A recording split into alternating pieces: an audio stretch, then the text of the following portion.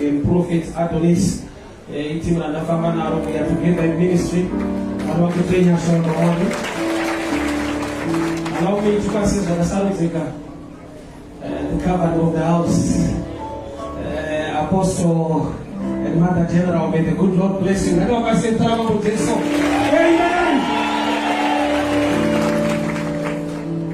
John 20 from verse 24. John 20 from verse 24. John 20 from verse 24, and I'll read. Now Thomas, called the twin, one of the 12, was not with them when Jesus came. The other disciples therefore said to him, we have seen the Lord. So he said to them, unless I see in his hands and the print of the nails, and put my finger into the print of the nails, and put my hands into his side, I will not believe. After 8 days, the disciples came again in the house, and Thomas was with them, and Jesus came. The doors were shut, and he stood in their midst and said, peace be to you, peace to you. Then he said to Thomas, reach out your finger here, look at my hands, reach your hand here, put it into my side. Do not be unbelieving, but believing. And Thomas answered and said to him, my Lord, my God. Jesus said to him, Thomas, Thomas, because you have seen me and you have believed. Blessed are those that have not seen and yet believe. Father, we thank you for your word. Speak to us, instruct us, correct us, empower us. For the glory of your name. In Jesus' mighty name I pray. Amen.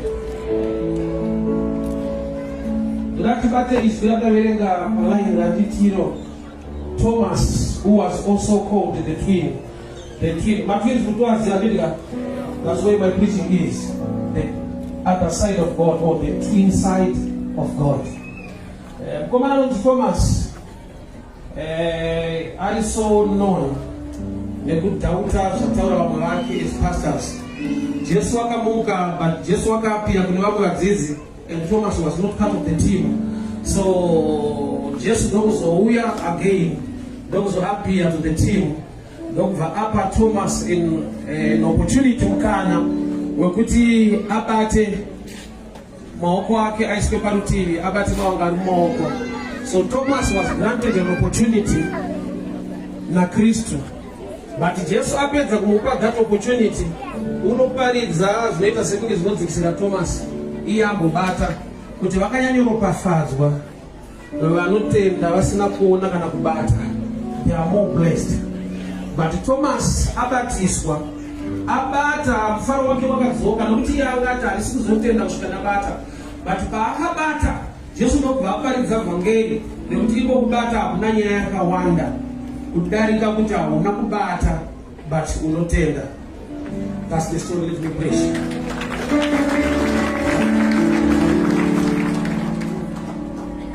Thomas is in agreement the message but is still part of the team. But asutenda zvataura vamwe vake zvakaitwa naJesu achapia kwadzidzi, he was not there. So ane zvaasiri kutenda kwete nokuti akuda church backslider, is still part of the team, but ane dzimwe nyaya dzaenda an extra mile to him palevel yake yekutenda ndobva akuda pachena kuti akumana tiri kuti mimwe chete wa disciples, but yamataura ini ndinoda imwe proof yekuti ndibate chokwadi kuti ndiye Jesu wacho. I'm so happy kuti team yake aina kupanukira kuti kana usingatendi chibwabuda. That's why Bible wrote Jesu paakapia Thomas was with them. But he had a good team. They're going to accept them 1 week.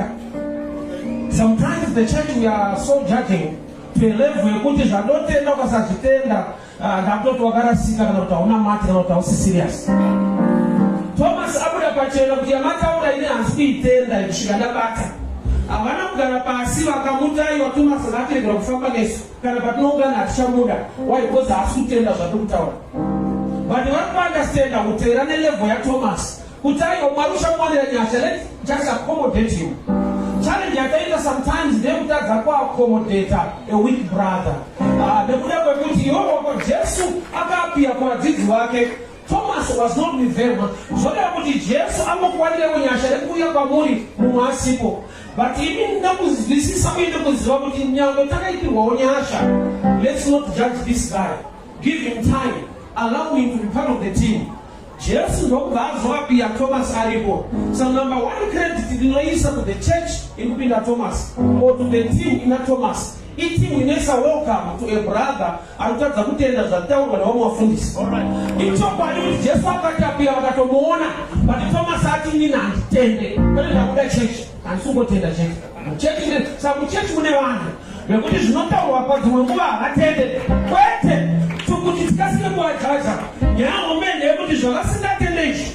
As you know, you marry an opportunity to come. The opportunity to come. So just what has happened. Don't know Dylan and Thomas. But the architect is the type of church. Yaba welcome to Thomas. Kuruma Revaya Moran, which profited which attended, but I will not be the part of the test.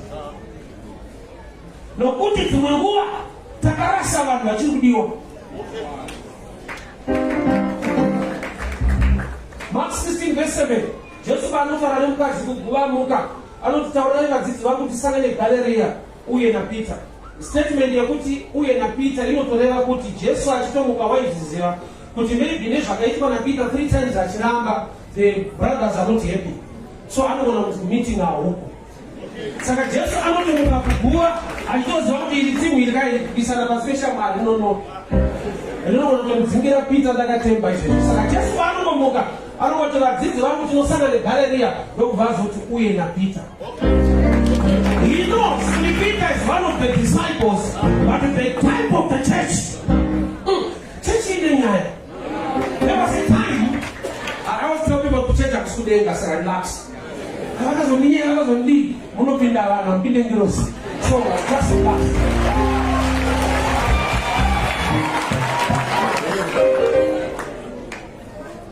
Boga extended for not to be the China. Put the road the Avatar James and Damram Stone. No Vaso of Foot Budabura Peter. And the church prayed for Peter. But about for James, the church was there. It never prayed for you. You know, you come to Yaponia, I never said I say, put on a matter what you bravo. But about for James, the church was already there. But I couldn't have bought the Carapasito and a prophet about what to be. About the East me. They were not fake Muslim. But if I got Peter, all night like I said, the church prayed for Peter. As well, Peter was so powerful, was so great than others. In the church, you know, Jita, put in those one to Peter, and they were Jimmy never. Look at a church with the one. So, Thomas said, I feel. In congregation, I know. In Utoma commentator. He had got that 10. I don't know this later. To now, but Papa is over and 10. What next to be the test of the church? Not what we are doing. Message, I don't know about who did the years. What the West Latenda. Thomas Abraham of the apostle. But in 11, what can that tender Jimmy? Why? On the other side, the number the twin side. He's a Captain Thomas number 1. Number 2, he's a powerful man. No good Isaiah, Isaiah. But if I'm going to reach that noti. Nemaranga ake takaporeswa. So Thomas, I'm going to go to Jesus Namaranga to what it does.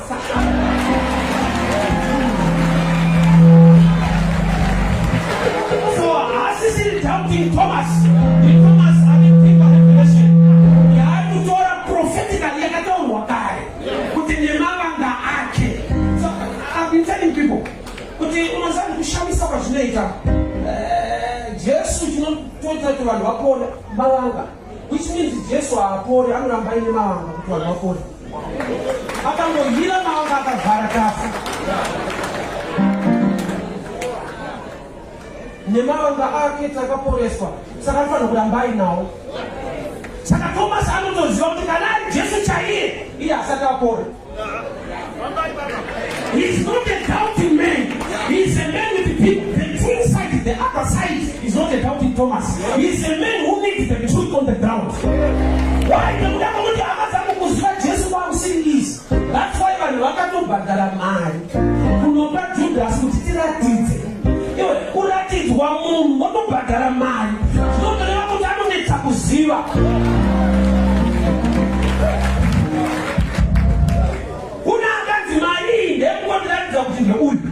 Which means Jesus was so humble to a level which was going to Thomas. Yes, Jesus. Yes, I was so humble to an extent that we were going to work in Jesus to be Peter. Yes, Jesus. And that's just something that we were going to go to the protocol which is on that. I think that they are going to go foot. So I don't have to go back and come and go on back and see. That's not the mind. I was what just what it is. What to bad dawa. Whatever they are put back, I pass it in my head. It's a zero.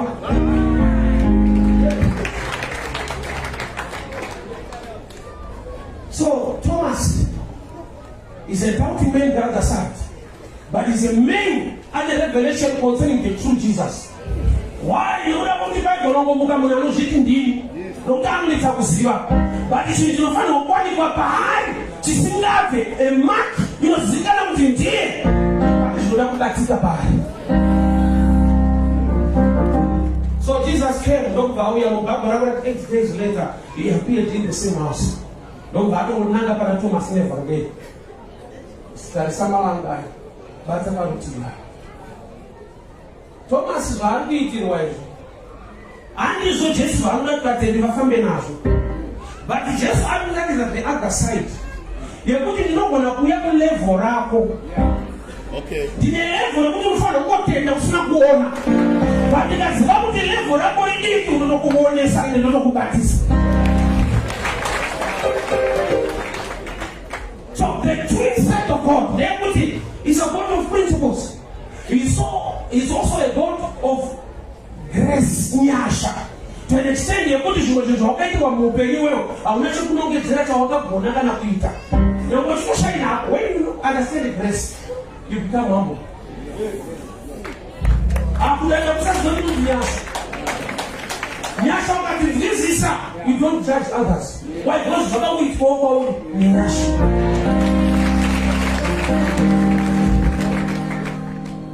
Thomas, Zolu, the matter is not just what is on the chapel. But I don't know what I'm telling us now. So I share my creative level. Chamu Shora, which is the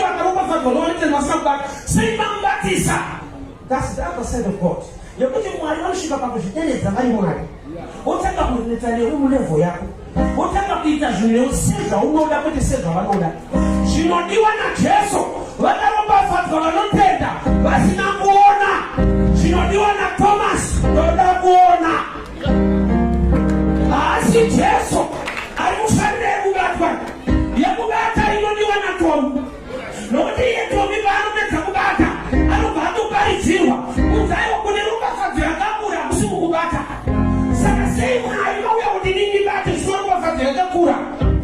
How we are at the level you move. That's the level. So there are times that what it the same book of Mark, the book of Mark. Mukato end up going Mark 16. I don't know that Jesus on the book. I don't think my teacher Rabbi. Don't want to stand better. Nobody understand to get up on a ball. The Papa, Papa Thomas, I started to get a foot.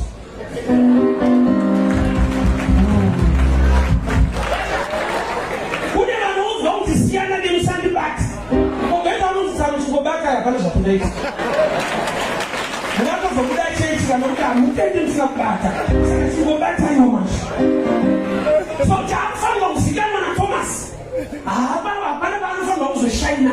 Nebuda Maboti in Yasha, no 18. Nobody want to send it back. Well, I don't gwaracho effort akamukira kugua ndokubva arambiwa. Iwe wakarova church ukati handitende ena wakauya Jesu ukauya futi.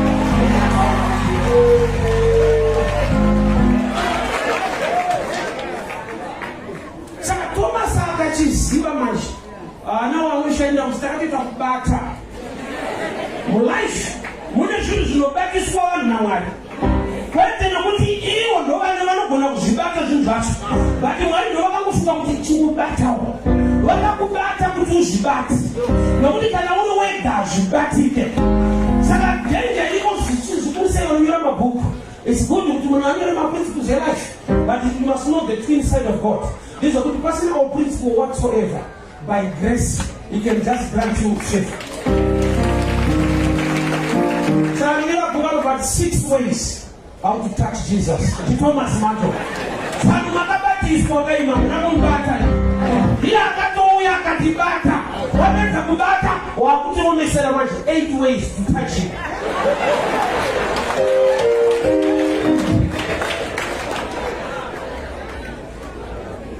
Kanali Zakero 6 ways to attract Jesus.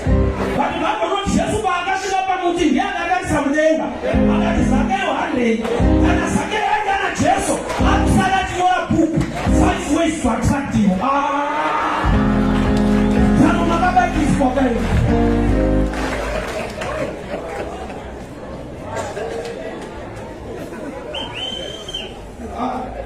Ndio la problem sana ndio tunyanya sura nuzi mwenye. Unaona Mungu wakati wanaona kuchaka na sisi. Mungu akasiwa Mungu makatiza pamba. Watakoni wakati kushomeza kazidi. Because wakati ngalipo. Bali mozati Mungu atikati wako arambalipo. Akusishibaka. Undogo kudura hana magari.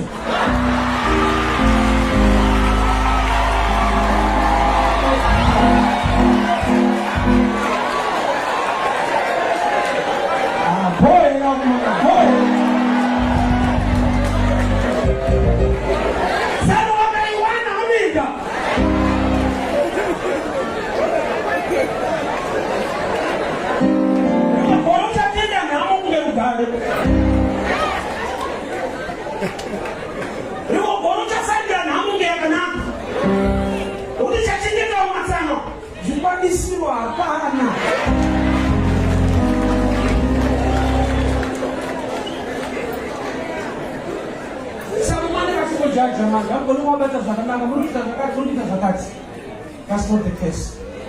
Wakakubatiswa. Zvakarambiwa vamwe. Asakaona vanhu qualifications yako vasina kuachiva sei. Kurati zvakabviswa mulevel qualification yanga ya grace.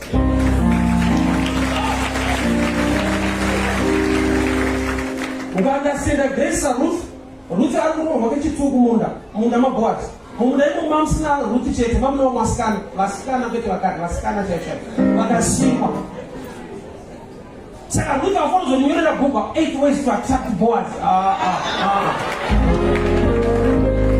Zara bhuku rako ngote wa mama zangu nyashadziri.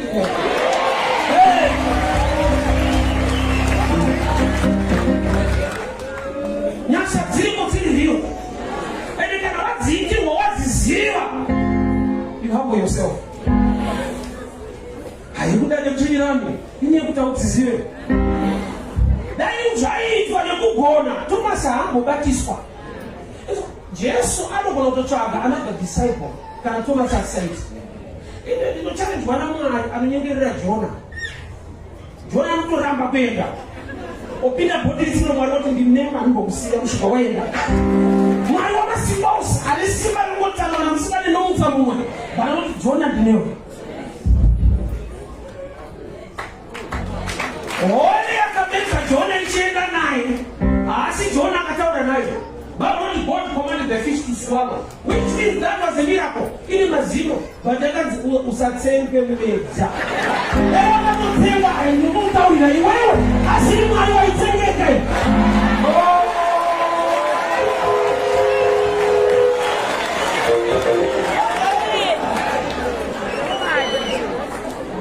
Asinofunga dovete yakasina mazino.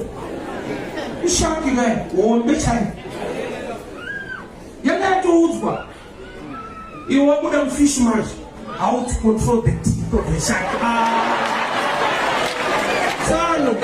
Tsano yakanzimedza. Maitingika. I'm so happy Daniel wabuda mwanzi tenda wabuda pachena. Kuti mwari watu mangirozi dzake dzikabata miromo. Kuti atirege ruzonyero wabhuku na Daniel. How to paralyze lions.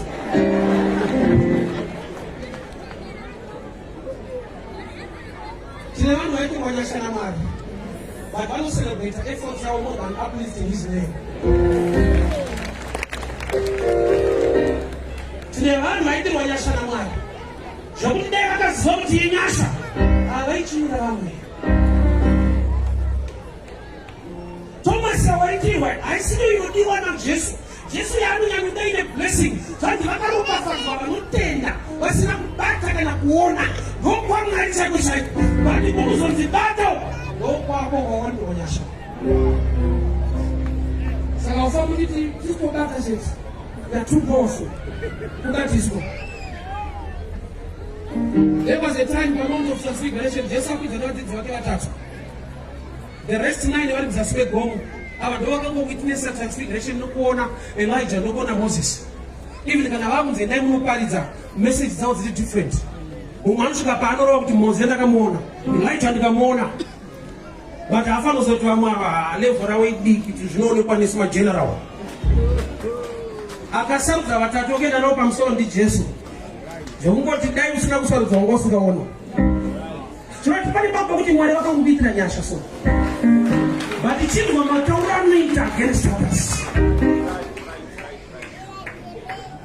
Has this been beauty Ghana? Thank God we beautiful have both there. But you put a panza. We have no beauty in Gasia to shine. What's going on today? Can panza. Sakanawa udalika kwa wala kunyani waseka. Wakabaki skwao. Wakafana ni wasina kubata lukaza. There is grace. Sakutuka tinzukisisa. Unoto zonti ishema kajidereza kuya mlevo yao. Kwa isi levo yao wasuo palita kwao. Na kuti mtemu chao kubasa unopinda na interview. Ushaka wa qualifications. Uzo move wa mze uzo wa hapano. Iwe unakuveta kushenya yape. Unakukana kana interview kana. Ende ushiriko. Zoto timande ya kisana nayo wako tu. Yani mapepa wako wewe ule sasa finish. Unakona prayer. Loko fanga zunga mzao finish. Bagotinda watu wako diwa mapepa. Chakawa kunyara pesa abachi. Mwari dogo mzame mshanda hiyo. Yokonu jone maroka so haisi rafio. Uniba mimi wakapona. Gabati noto zikano hapana. Chaka kone kwa hapana. Wate akashtere itabu baba level yoko italima principles over I'll just give grace to you. Nobody of familia tu laparo pasa zonte de asina kubata. Ngari kuzilisa kutokuona datu batiswa. Ndoka datu gamuchika. Zinyasha. Nokuta akusini kukomparita kwao ni pita kwao. Wani pita kwao kukuta andikwana zitombo hiti. Bali ukaona waku ndiitira uzandoshuya nezandiloda. This is grace.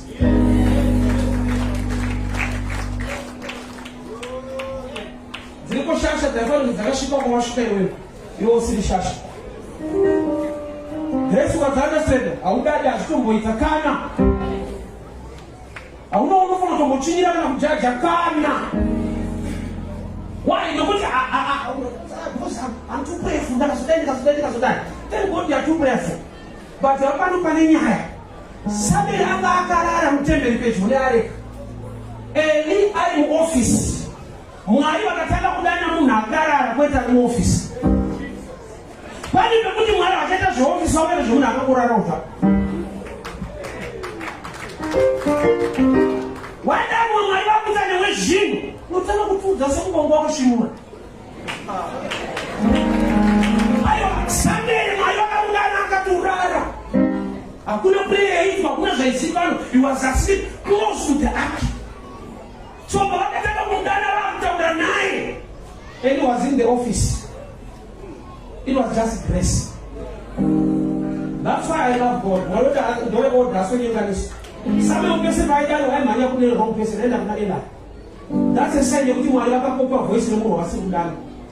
But that would create a relationship. Why don't you find a Kadano as what in the Munari? Ministry and Akada in Tarasara is putting up and up. I know whatever that you done, the Russians were then come back to. What Mama Bishop? Prophet said, walk with us. But when I come into Samuel, when I see Buddha, but I come down. So by experience, he knows the voice of God. Or you are Buddha, but as lived in the end. But I see Buddha, the other was all I would done in the end. But you want to voice the woman or follow what sure, or to go look at it. And that would understand what I say. No challenge, I can answer on the point to get to Egypt. Quando eu vou sair de si, sabe o jogo era não passar os ali, da way parede de si a bana passar os ali. Quando eu mudar a gente moia, o amsi safari. Quando era já sabe o jogo, mas sabe o voto eu acho, aí eu sabe bate parede de si mano. Tu tinha agora o manhã não achou bate para dele, mas ele vai jogar mudar a doze. There is grace I often understand in your life.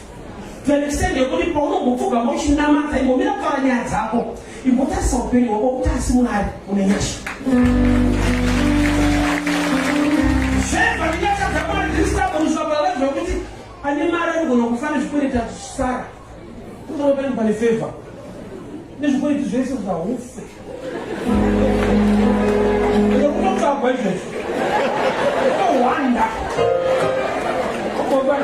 I don't want minister in Guava. What does say my answer? What do you life is a gift from God level. You don't have many for your visa. When the other things when I saw Papa in Chipata, I did not know Papa in like say. I think for all the Nabi table, but there is. I'm going to pay my Mara.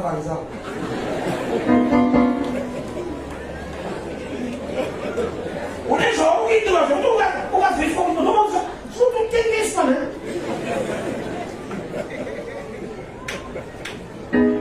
Nasha, the winner told us to this is very well, no, sure. I know, cannot take so. But I can't know the budget. Okay, why are you coming? You have to be some to get a man. I let solo for Mario. But I can't tell you something. I'm so. Okay, why are you coming? Whoever knows Maria can be so solo. I know. Ukaweka salary yako nemoni yako nema post ese ujana za dupa za zinyasha jiribu yo wakati za salary kwa mtu kanyasha ai ngoja tuiweka uone unasema watu swapa unamna mtu salary aiwa hakuna mtu za salary kwa kuna mabaki salary ndio abuse kwa my grace.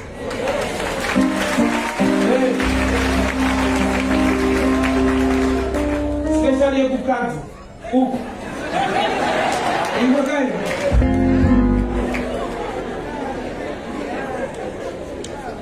So that is Jesus. What happened? The house was shut. So Chabaka pinda listen na Thomas do kuvakia go. Yet you do na Thomas. Chofano ngeki tangible. It is tangible. Ajipinde mpaka kiwa tunafanya kunoka. Which means already Thomas was in the house. But kutachwa na mkanaweza anonda. Kama toa vao. So chanilo ila mwalimanchi. Kale wanawakakia sei hapo kubatika chini. Chino vichapo chino kubatika shakada. Vangeli ya kubata ishandika na matoa kakiwa. Andi zimesha kakia life yako. Bali nomboro fika mkishino batika. Kuna unalani nyasa. Anu kwa na muna ni nyama pakona kakiwa. Zoya wakutiwa nwata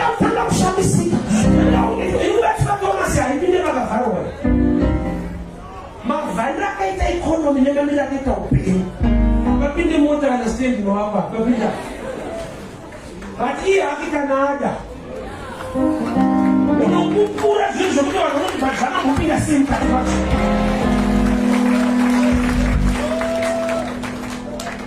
It's in every man. Kulekera wanu wachikia cheni kwa mageti ese. Asifamele kupinda alichinja.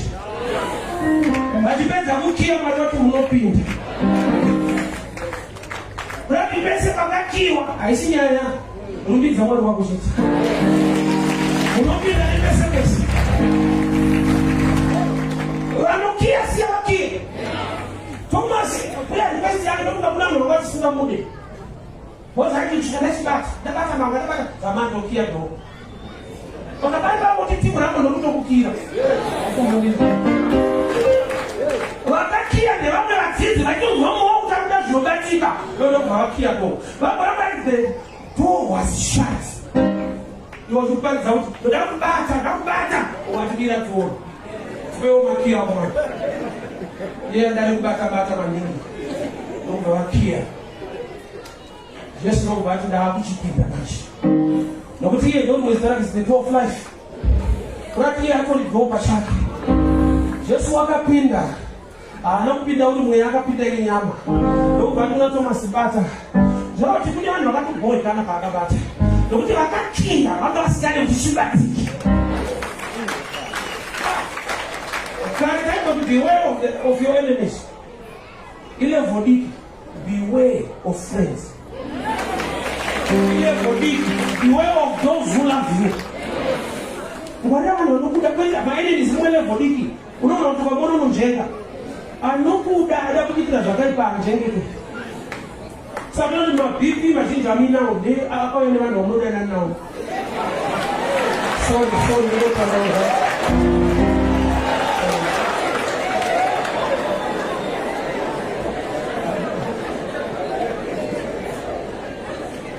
I said, you feel what is going? They're dirty. They're deep people more.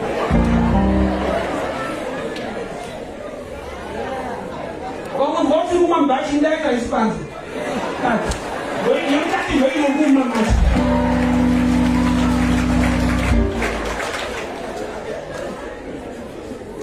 Who did attack you? Your mother and the nobody.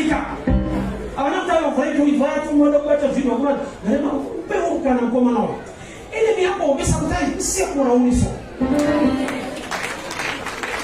mwana akakubali msimu leo chozo na msimu rango na mjira zakana ile ndio kukia kwa ndio kwa tatizo kana ati nishikana bata woko oni kwa congregation kuna watu ndaku kudzidzisa kana usitapende zvatopenda madoto kia tawo muzibata sei. But in the true side of God, then what if I do as no batika, you will pack a varika for batika. So when we talk about the God open doors for me, it's a lower level. Let the doors be closed, but my testimony will manifest. It's good part of Ramadan. But there is another level, the other side of the twin side of God. I don't go down to Mafuwa, we're going to Zibatike. Why don't ukachibata mpaka varwa hapana shimo zonke unokusoptinyasha nokuti zvinoma ukinovhura bhogo kuti zvipinde but ukaona pakiwa zvapinda nosaka paakabata akati mwari wangu ishe wangu wainodakuta kuti usiri ni mwari azvibatike izvo nokuti dai zvinobatika nationali azvipinde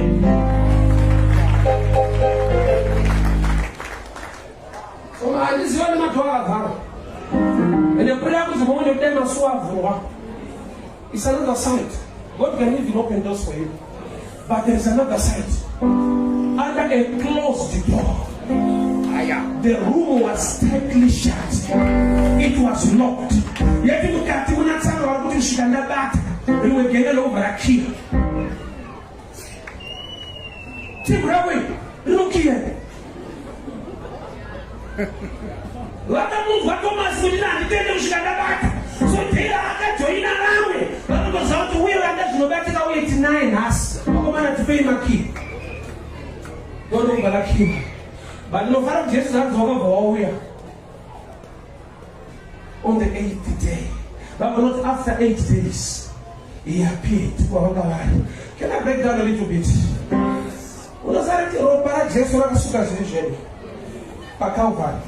Yes. Crucifixion. You know that I see this time Jesus always the blood. Sorry to say this and to explain. But after 8 days he was circumcised. He lost blood and nothing happened.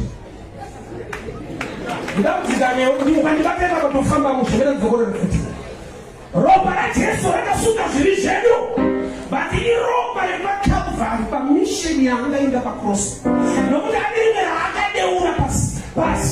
circumcision. After 8 days, nobody was circumcised. That's why Bible writes after 8 days he appeared. Like I want to be a Muslim, but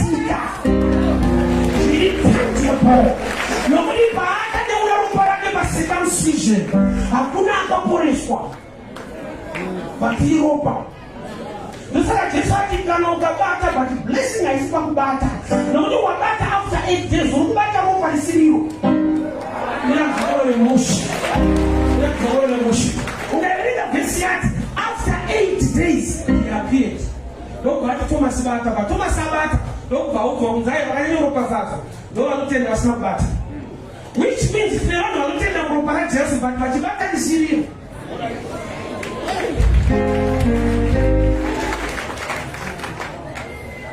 Nobody put it again about Calvary, that's what that's usually.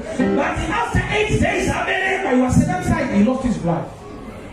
And you know, by law, I know I got police. So, what about that is serious? You say, after 8 days, he appeared. Which means I will demonstrate that the 8th-day shedding of blood that did not save anyone. You don't give it up.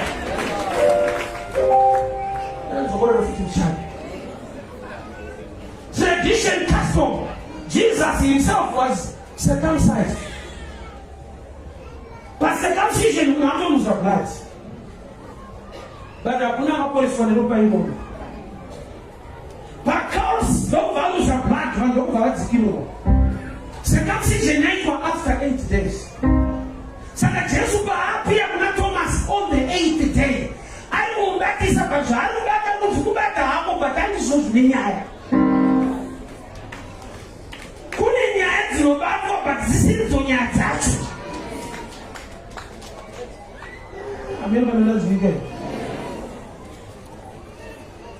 Couldn't you add your back up, but it's still on your ass? Sarada back as is no matter your back up, but for the blessing, my dope of Sabbath. I see everybody malanga yende ukutenda mu malanga ake kutaba chopiniwa. So he appeared to them on the 8th day, and the doors were shut. But he came to Thomas, which means Thomas was ZVINONZI, which is Jesus was present. No ta kuna kauza Yesu. Kuti Thomas adotobata kana maula kubuza mbatsa. Jesus akangopinda mumba akabhana kuna Thomas asinobvira mubvunzo kuti vo yakubate akanguti chibata, which means Thomas akabatwa kuti anoda kubata. Alright, aunamira download the motion. Thomas paanguti inanditende kusvikandabata Jesu akazvinzwa, which means painzike ramo yake Jesu amuka ichokwadi musi waitaura Thomas. He was not Jesus in the flesh, he was the spirit. Don't buy Jesus. Don't forget to Thomas Kutibata. Saka Thomas Sharifa Mamuziva Sakabata. They don't put in the Gabatwa. Put in those Doda.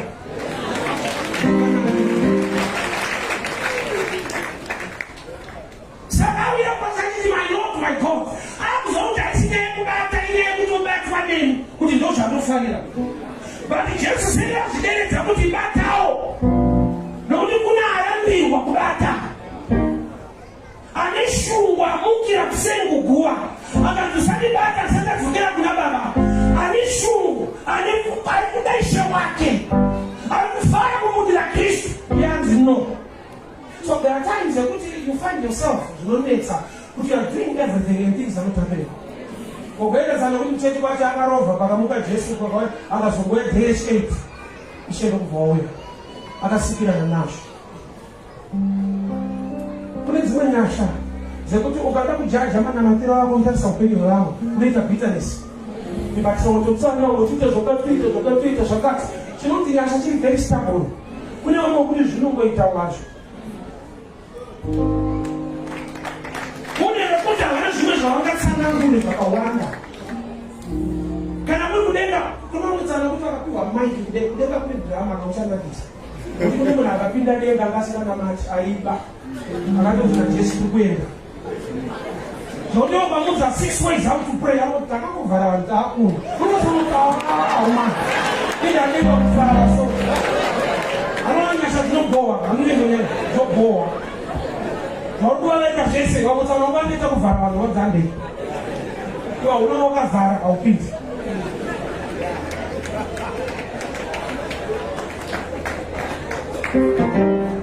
Kana aripo vanhu zvavanogona kupupura takafamba nevhangeri kwaendesovagalatia tikaparidza Abrahamu ndakabva kuharani tikafamba tikadii tikateerera Mwari.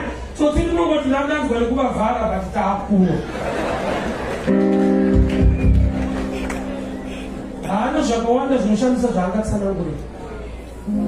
But I know Jesus anoita zvinhu for a purpose. That's why message in the resurrection yakabva mukadzi. Go quick and tell my disciples to go here. Why knows what wakadzi vanofambisa nyaya? Makuwajati utamuka. Sasa zvazana.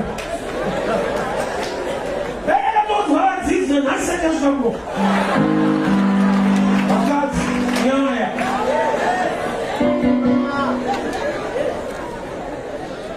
Achiyana mfundisi makoni. Pane patadaika bvanzi mfundisi. Madzimai apa ndakufura ndichina kuno kune mota kumba. Ndakaona vari panapa. Izvo zvachiri pano ndikati avapedzi. Pane nyaya iripo ipapo. Saka purpose yake dzinombonora kuti saka bagacha aitakurirei. Number 1 is demonstration of grace. Number 2 wisdom. Nokuti yaiparidza kuti ndichadzoka sembavha. Iye haasi mbavha. Saka ndo achabvunza kuti vanonzi wajuma nguva iwana. Aizve.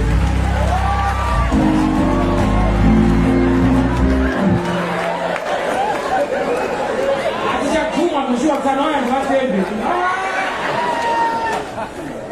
Vafenonzi vanhu vavareiwa. Saka ndiyachamutumba kuti tochienda vanzi gomirai vambovairwa mshana.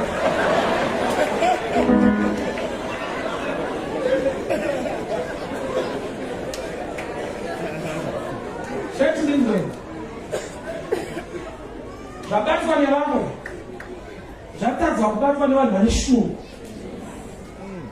Kune vanhu vane shungu vane mwoyo wekuvaita kuti zvinhu zviitike. Things are not happening. Kogoita vanhu vane reckless. Kuti unosvika kuti bati indava zviri kungoita. Haana zvavangatsanangura zvizhinji. Mumwe atokutira kugura kusenzese mudauni natenzi wake ndobvanzisiyana nemusandibati. Mumwe akarovha zvikanzi anga asipo. Akazouya sekondi Sunday Jesu ndokubva akavatsana batai. Vatsana vari kubatiswa zvarabiwa chaivo vanhu vane shungu. Saka usazojaja vanhu kana wazvibata kuti hamuna kana shungu ini. Zvimwe hazvisi pashungu kana pakuzviroredzera. It is the grace of God.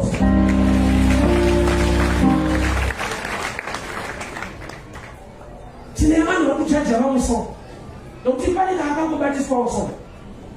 Utano muda kumutsa so wakugara usina stand vakuru kune vakavharwa vatomaplaya mastenza inyasha kuti cooperative yenyu ngene vanhu vangori right vanonota izvezvi kune vakatoaplaya mari dzikabhadharwa hakuna chakabuda ndowamudza nhasi utano mudaita sei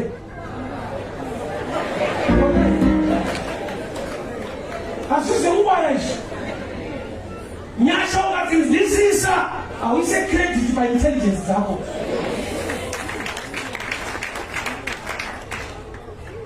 Zvaunongedzera zvese izvi takazodaita kune vane shungu. Zvake mukadzi akamukira mangwanani kuti wataona Jesu. Akasvika shuwa akanzwisandibata. Amukira. Akanota Satani amukira. Tomasi akatomboti rovhei akazobvona munzi shakamuka. Ndobvazongo pamwe aitongowaya next Sunday. Ngoadzirevese kadzinoti handitende. Ndobva ngoti shuwa vakauya aripo. Kune zvinhu zvawakaitirwa zvaunofanira kutenda Mwari usina kuva unojaja raonesana vako kungoziva kuti asi Mwari makandiwanira nyasha wai nokuti fesi yakanaka ndamuzvisika ndakasikwa. Saka nanunaka unoona unojaja kuti akashata hakuna akazvisika wakatosikwawo wakangoerenga neuri mutsvuku vamwe vanozvitsvukisawo but woverekana wakadaro.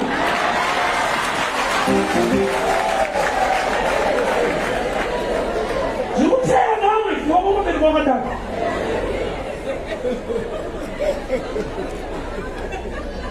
Nokwana ukafuta makaberekwa makadaro tiwewo mukana.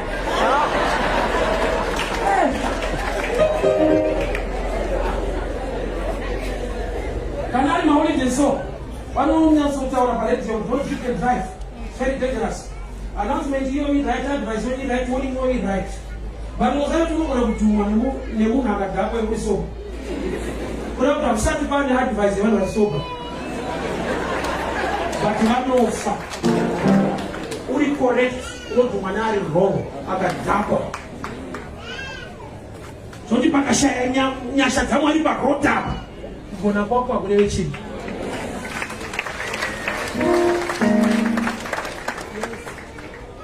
Pari pekuti nekutofunda kwese tinoita kuti basa rishaike kufunda kwacho hatigone kukubhadhara aitisungwa nehurumende. Unoita rovha rinoremekedzwa. Makore tinofamba usina shanda inza kubhadharika. Tinosungwa. Nawe uye pakufunda ikoko.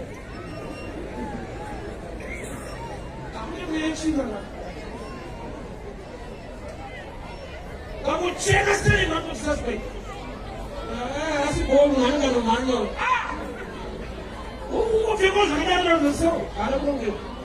Kakucheka wafurira. Vantu danyasha dzikatoshekwa pakatoipa. I remember ndiri industry then komuna baishanda naye. Aiwa mama wakubasa achikukomplainira wacho tukwachidini. Then akakasikawo. Kwa panzi pasharika chino workshop muna atanga kusvika suspect. Wechina inabasa ne-effort. Ukatogona wairasa. Vatoti wasiri kugona. Yes. Dai mwana tufanira nyasha. Muna naThomas mukati. Muna naFoni. Imba yekubatiswa. Iri basa kubatiswa. Rakatadzwa nevanhu vaiva neshungu. Vakamukira kuseni vakadzisiyana neusati bata. But iwo ndobva waimba wakatotaura kuti nyani tende. Ndobva angoti ndaakudawo kuti uchibatawo.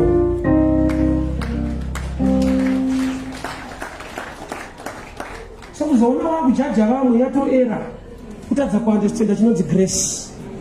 David achiziva pane paakatamba dzimai vanokuitirwa mushi.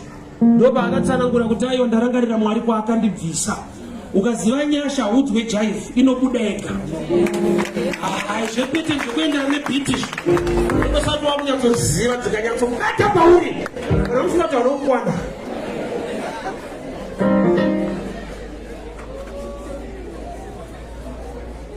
Mukadzi wemafuta tinokupa kupwanya bhodhoro uziwa waari kuzodza kwete cost yemafuta. Vasingazive nyasha ndowaitara kudhura kumafuta. Anoziva kuti grace dziri more than any amount anopanya bhodhoro racho. But vasingazive chinonzi nyasha vanoti mafuta ari kutambiswa. Dai Mwari atiwanira nyasha. Bhodhoro chimwe chinhu chamuda kuti ungoto uchinamatira pamusoro pacho kuti Mwari atiwanire nyasha. Nekuda kuti effort yako is not enough.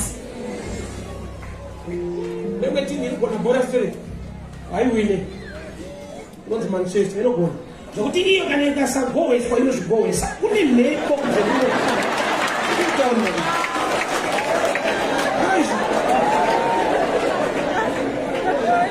Hautogoda kuroiwa unozvita muroi wako. Nyasha dzikashaikwa. Hamukundwe munozvikunda.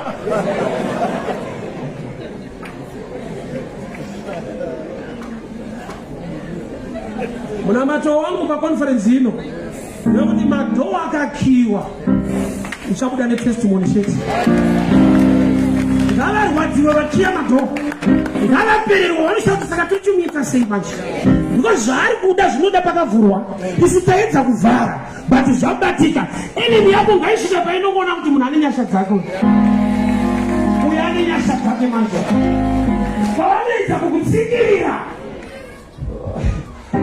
bhuku ranonoti Luke 13 kune mukadzi saka ane problem yekubenda musana kanzi Jesu akamuona nokubva mudhirivha iye akabenda musana zvokuti pamwe haasi kuoneka fesi akakotama akabenda musana Jesu aite zvemafesi anoita zvenyasha unoonekwa zviri zvemafesi hapana fesi yaionekwa parakazvati pane munhu ane problem pasera nyasha ngadzikulokete kana dzakuloketa kukura kunaka kwamwari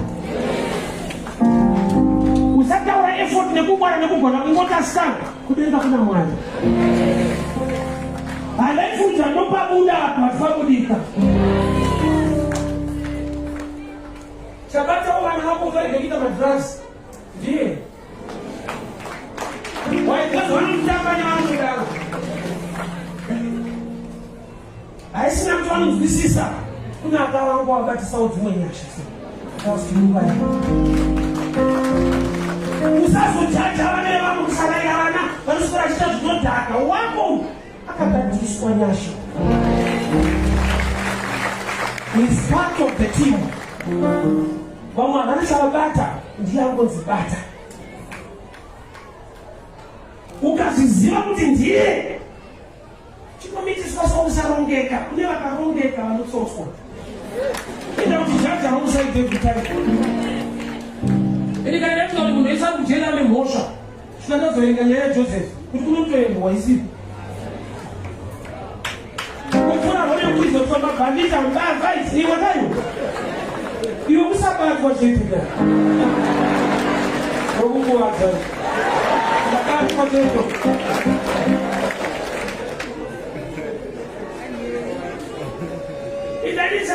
ndagara nagoba mutomboshawa vaikuzatika vatinoita namatrai vari kumatorowo namatrai munhu ari kuprizoni ndakabira vanhu ndozvandaitwa ndakabira vanhu ndondamatio kunoendwa wena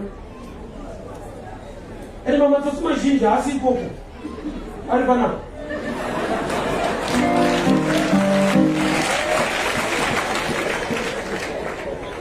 mwari kandi anotoziva dai zvainzivombira apa yawe ani Jesu kune mukadzi akabatwa John 8:9 akabatwa in the 8 of adultery ndobva wakomutakura vanosangana Jesu zvikanzi uyu mozanoti mutake namabwe Jesu unobvanyora basi I know zvaakanyora hazvina kutaurwa but zvaakanyora zvakadzinga vanhu kunoti ndaakuzviprofita manje ndezvipi ainyora munhu wese nenyaya yake kuti iwe wakaita nemukadzi wanheu vati vaingotavarewa tiri kuzikanwa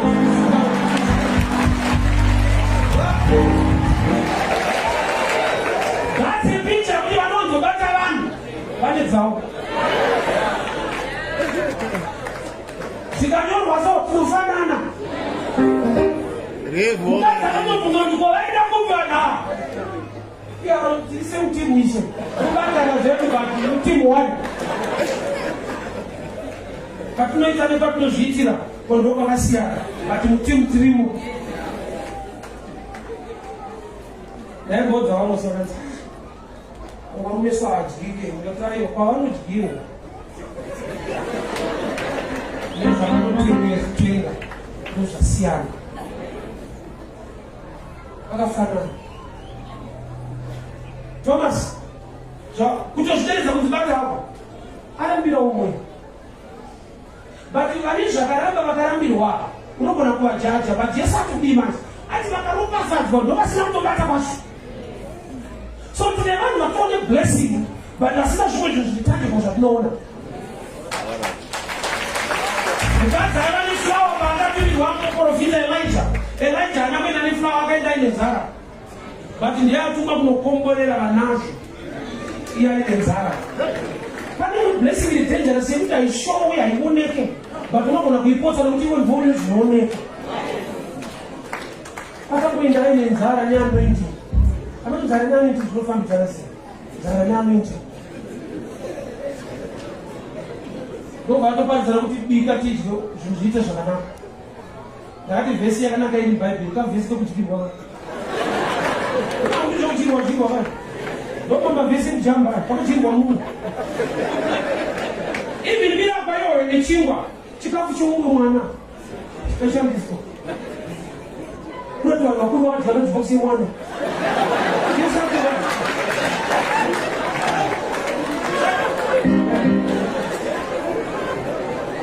wow. Nyasha ukadziziwa hauna unochinyira. Zvakatatu vane vakangwara izvi. Vanogona vane connections. Vanakuva vaimba vakavakera. Vane madigiri acho vanakuachirwa sezvawakaita iwe. So kana Mwari vakuitira famba nevhangeri 1. There is grace. Somebody want this grace is sufficient. Uri Paulo zvako iwewe, uri Samuel uchimurayira nekurova. Ndobva warohwa, ndobva wajoiniswa timu, uchienda futi kunouraya. So kana wakushumira, usatanga kunyora tsamba yenyasha. Paulo anamudani wanga achienda crusade. Aenda munhu wachichi yacho. Denga ndobva amuda. Ari wrong side. So pari pamuke Mwari zvavakakuitira. It's Samson. Zvati vanhu vakagara pamba, Samson apinda mumba mechifeve. Vakamira kuti vada kumurova. Zvati paakabuda imomo, akabuda ine simba akatakura mageti. Paanonga angasaurara kukrusade. Mumba mechifeve. Akadidhipa, angari mumba mechi? Ndokubva abuda, ndokubva atakura mageti nesimba raMwari, munhu asina kubuda ku all night. Wakuru zvimwe zvinoitika Mwari akadakutara patabuda so mawanaya. Masilipo vatabuda mkatu mawanaya.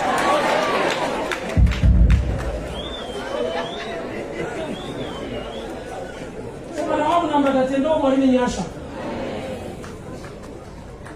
It's all about His grace. So that in what the Testament ya ule ni wawalo. Mazwali ni kawasu mbufa. Marakuwa pa chance. That's the grace of God. Au kule uchaja wanu kuti wakazudai urutu daro. Thomas kana wabata zikama. Chuza umoto warumeka yashanda kudzitenda. Mwari naye auparita Mwari wake. Akasika zvideretse ndibate. But I show up the twin side of God, the other side of God. Lokuti kuona vanhu vachiva vasakunyepere, vakaiti mwanyasha vanao. Havana maqualifications mashina vanganongedzere. It's not nyasha dziri pachena. Hakurongeka, hakuzvibata, hakugona, hama connections. Kune vari so connected and nothing is happening.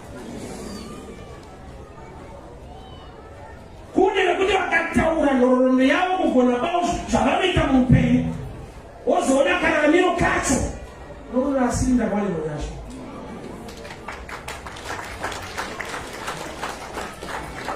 Ukaona kuti munyika yekuti zvinhu zvakaoma kune munhu anoshanda, iwe haushande. Ndiri minyasha dzazvinotaura. Akatoomerwa anoshanda, iwe haushande, uri munyika macho imo. Mapuraisi vamwe chete, ende hausi kufa. Vanonzi vanhu yangubura usimuke. Aberekwe minana yawakutarisira se. Minana bai. Kuti vanoshanda vari pataiti waushande. Vata ukukure. Vanofana kusunga munhu one day so hama dzavo. Hapana grafu tiri kuendwa but don't boys. Stage yazvara. Asi anokupa chekudya nechekupfeka. Vanofa munhu. Tiri palevel kuti panoda kufe kuti munhu anoshanda kuti munhu achipinda mukambani. Woti kana atobuda hapana kufa. Takafanana. That's the grace of God. So kana wabata, don't judge others. Encourage your brothers. Peter warangaliwa kuzeni Peter. But zoto waramba Jesu katiliwa mwasakaramba. So kana watu zotunga bila cheki zoto nero minyata. Vakashinga nevhangeri vakaramba katiritsa. Chakanakira vanhu vanakanganura. Kana vasumo ukadii kuna anozonyora so comment section. Tomuziva ndiJojo. pane vanhu vakavhara kumadepamureko wachikupita Mr. George kunanzongonyora so George une mari yangu wakandivhara pamureko unodzika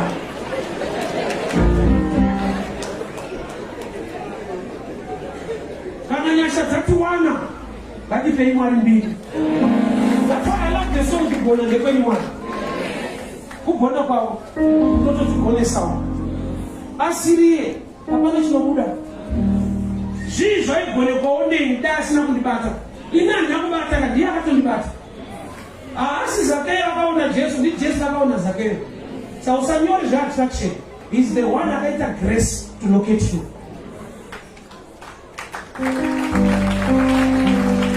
Peter kana James akafa ukanamatirwa kana wamuparidza tenda vamwe vakanamata unobvira wanamata kana kunetiri wedu mujeri but tichiputika nendimitirimo mama karara ukatomutswa nengirozi chechi yanamata ngatore zvakanyekodwa nokuti kune zvimwe zvinoitwa muupenyu hwako zvisina kurongwa newe zvatoitwawo nevamwe vatakuna mweya wokupenda.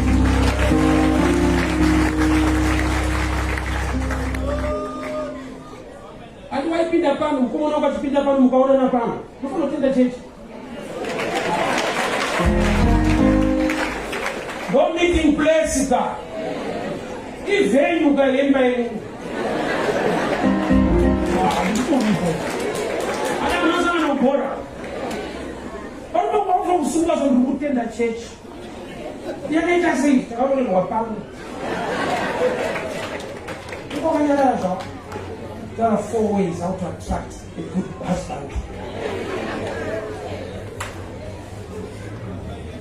Without much, my prayer with you, that's a deliverance prayer. Can I hear say, God will test one of us. Usanisanemakia utakia ndiani mdozo batika. Ulimo makakiwa zobatika. But if I get a testimony outstanding to a level, you put a punishment which no get zereka, a punishment sanagurika. Why don't you do nyama upinde mu makakiwa? Leo Yesu anataka apinda ali nyama. Akapinda ali muheya kutupa kwani. Ndokuzo apia tudiwa na tobi amkati. Jifiko hivi watoma zizeti. Daya kawe ali mtumui nyama, papindi kipato kiwa. Bani kuna mwakuti ali mzivati kudiwa na Thomas. Uye chechi ya kia. Kuna wisikira violeto mukiri wane chechi. Kuvali wane tibu na unu trust. Wane fundira ndo lako. Ndo akakia makoa. Ene zote wa unu muda. Ashupinde neipapo. Maka bawakia. Bati baba ulo Jesu waka apia. Aliku matestimony nao matestimony nasonga na nasho. Kuti wakia. Wale jimufano wakupita. I'll give you one. 2015, I was preaching Panafest. So Timra Ripo, that was the last one. I figured I was going to do. But I told you to Muranda Wash. I figured later. The moment of God there. Muranda Wash is so good.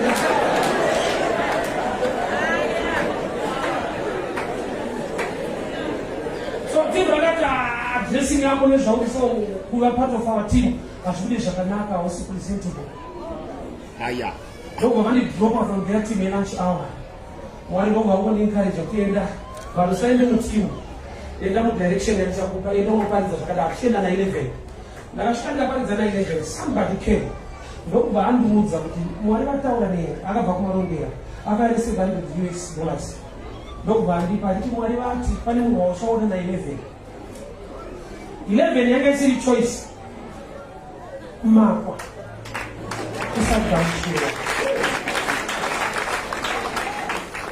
Bono mwaya akafunga kuita zvinhu zvake ili pakakiwa ndo paanotora mbiri yacho manje. Vanhu vanobvarira kunze. I love testimony of sister yedu kumazoka. Vakafirwa nevabereki vakatanga kuchengetwa namai nevavo. Vachini pana maili vane usini vaiti vana vangu vamuchaita juti uyapa uya ndiachashanda pana vana vesera vakarara uyu ndiaimuka na 5 chari vati vanzisisi vana vepo vakarara but waina matamano wake mpenyu mwana anabasa kamutuma 5.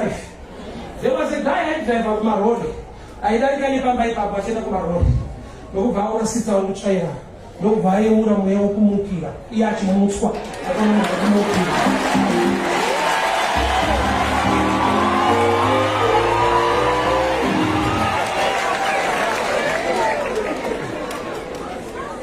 Rest of the story vakaonana vakachata. Sister yocho anokutenda mwana unotenda mwana kuma 5.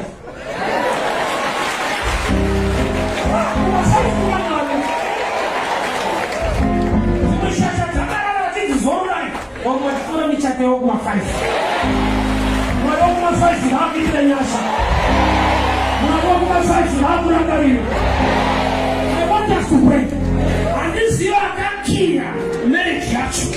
And this year I can kill mchato wachu. And this year I can kill basarachu. But the bila semana wachu hofa. Kuti shatakiwa shakadaro. Naiba tije imba yachu. Shatakiwa shakadaro. Naiba tije mari yachu. Watu faida mikana yese. Kutapana pache floni mari yachu. Watu fikira makastoma. Na watu kuna mtu wanamwaleja wakabatika kilimu kazi. Kumandoa kafari wakune chataka bata. I want you to raise your hand so I can pray. Father, in the name of Jesus. Mwarewenyasha. Magaji ratitza bagasha zeni munafamasi. Baba Masuanga akakiwa. Asima kuti magazi rati of the other side of God. Kuti nena no fari wamikana. Ndirimu aru wapamikana. Ndirimu namata malebana mapatenderino. May the grace of God locate your people. Every demon yakafara. Mwegu mshakwako. Yakafara mchato wako nimba yako.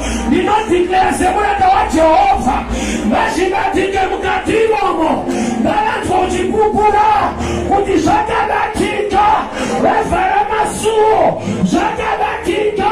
Wafara masuo. Zakabatika. Wafara masuo. Zakabatika. Bashibatike saurusuya. Bashibatike. Saurutema bashibatike. I break that yoke of bondage in the name of Jesus. In the name of Jesus. In the name of Jesus. That yoke of bondage, every demonic power, I paralyze it.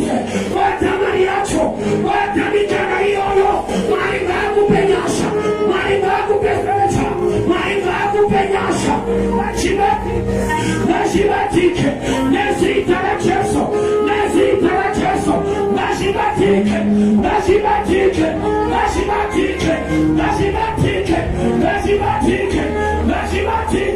in the name of Jesus, in the name of Jesus, wata uchato wako, wata basanako, wata business nako, every demon, I come against it now, in the name of Jesus, wata uchato wako, wata basanako, every demon, I paralyze it, wata masuo, you know, may God open the door, may God make a way, in the name of Jesus, in the name of Jesus, in the name of Jesus, may God open a way. Don't get it for it, don't get it for it, don't get it for it, don't get it for it, don't get it for it, don't get it for it. Mikanangaisaru, Nezitaracheso, Rakataboshateka, Mekabalabiaka, Ribazateke Malikata, Mekabalabiasa, Ibashate, Mekabalabiaka, Mekabosatariande, Mekabalabiasa, Ribazateke,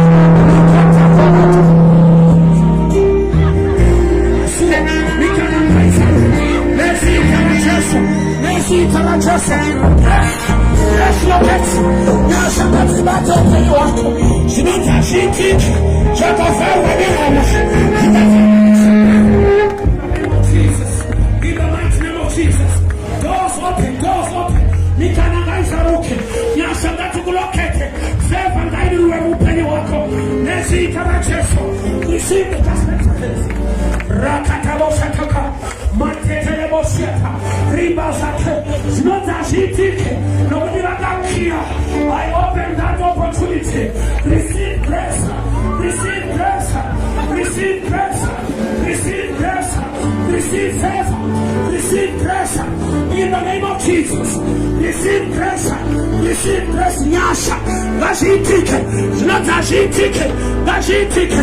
Every demon, I paralyze it in the name of Jesus. Receive the grace, receive the favor, receive the fire in the name of Jesus. Receive the grace, receive the favor.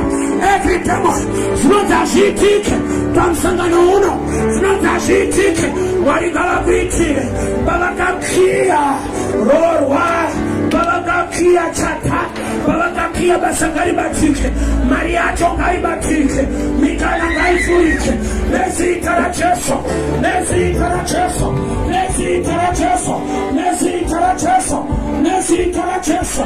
Receive grace, receive grace. It's not a secret, you don't know what's in it's not a ZVINONZI, by fire, by power, in the name of Jesus, in the name of Jesus, in the name of Jesus. Raise your head, raise your head. Abandi kunamata, ilutawanyasha, kune wakafariwa, kune wakakirwa mato, watinda shite, kune wakafariwa, ilutikia iko shito, Yesu kakafara, motka hiyo yotenda, wakafara mali chako, nyasha ngati kumbe kukana, nyasha ngati kumbe fefa, in the name of Jesus, receive grace, receive favor, receive grace, receive favor, no gangare passage, no gangare passage, nyasha ngati relocate, favor in the name of Jesus, favor in the name of Jesus, receive grace, receive fire, in the name of Jesus, and break that yoke by fire, by power, in the name of Jesus, nyasha, nyasha, nyasha, nyasha, nyasha, nyasha, favor, favor, favor, receive grace, receive grace, receive favor, in the name of Jesus, in the name of Jesus, in the power of nyasha, in the power of favor, in the power of favor, Dora Navarwa, Washington, Dora Navarwa, receive grace, receive favor, Dora soul, fire, in the name of Jesus, fire, in the name of Jesus, receive fire, receive grace, receive favor, in the name of Jesus. Rapidosha, Rapidosha, Iketayande, Mantabaragiasa, Yaketebo, Watemanando, Ribashaka, Iketabanigada, Matebabaso, Eketebosha, Yakababosa, Yakabosha, Mantabosha, Ribasane, Ribasane, fire in the name of Jesus, Jesus, receive grace, receive grace, receive grace, receive favor, in the name of Jesus, by fire, by power, in the name of Jesus.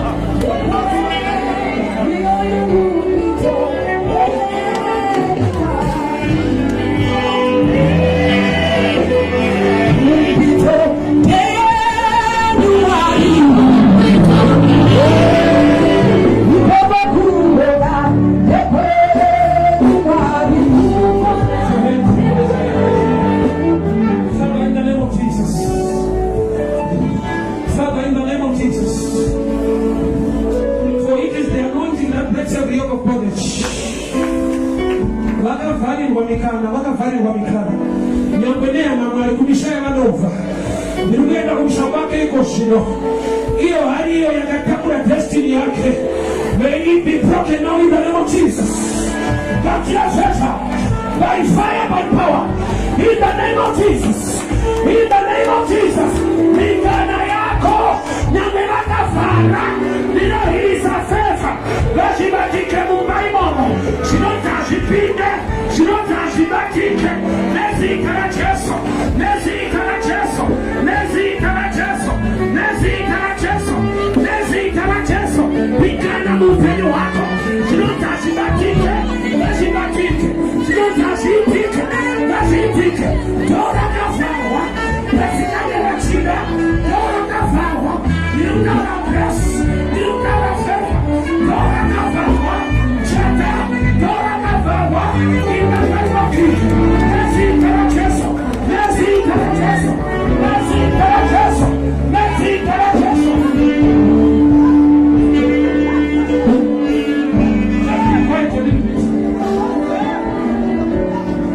Father, in the name of Jesus, by no far when you run away, but I know you don't want to take the way that Shakiriko. You know, profit and chat or rope in the imo. You know, profit and woman that is not taking a economy and a family can. But I didn't the other side of God. You guys in that Chiba, but God, little profita, Maribatike, but business like a Lord. But I still Ziva, but you customer. You know that the end of the Lord that is not short. I speak blessing and favor. In the name of Jesus, in the mighty name of Jesus, receive grace, receive grace, receive grace. ZVINONZI, let's see Jesus. Father, we thank you for your grace. We thank you for your grace. Father, Thomas Akabata. ZVINONZI when time yake. ZVINONZI no mutana mziza. ZVINONZI no mutana runako. ZVINONZI no mutana mungwara. Moyo wangu ngaile testimony kwa msangano ono. Thomas ucha pupura. Kuti zvakapinda pakazarwa. Yakabatika mari ikonomi yakasunga. Ikonomi ngaisunge nyasha dziduruke. Zvakadaro. Ucha pupura kunaka nekugona pamari. Muzita raJesu Kristu Nazareta.